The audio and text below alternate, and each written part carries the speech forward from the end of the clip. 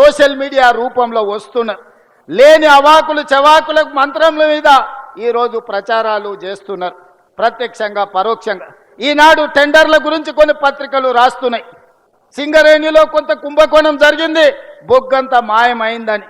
నేను ఆ పత్రికలకు, ఆ టీవీలకు, ఆ సోషల్ మీడియా వాళ్లకు, ఆ రాజకీయ పార్టీ నాయకులకు నేను చెప్పదలుచుకున్నా, ఈ ప్రభుత్వంలో అవకతవకలకు తావు లేదు.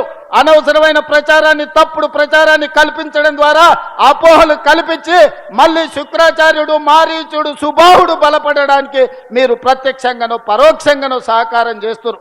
మీకు మీడియా పంచాయతీలుంటే తలుపు మూసుకొని కొట్టుకోండి, లేకపోతే ఒకరి మీద ఒకరు బురద జల్లుకోండి.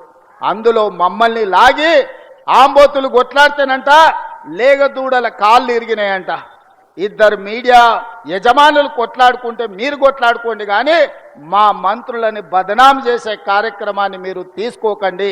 దయచేసి ప్రత్యక్షంగానో పరోక్షంగానో మీరు రాస్తున్న రాతలు, చూపిస్తున్న చూపులు మారీచుడి సుబావులకు, శుక్రాచార్యునికి సహకారం అందించినట్టుగా ఉంటుంది.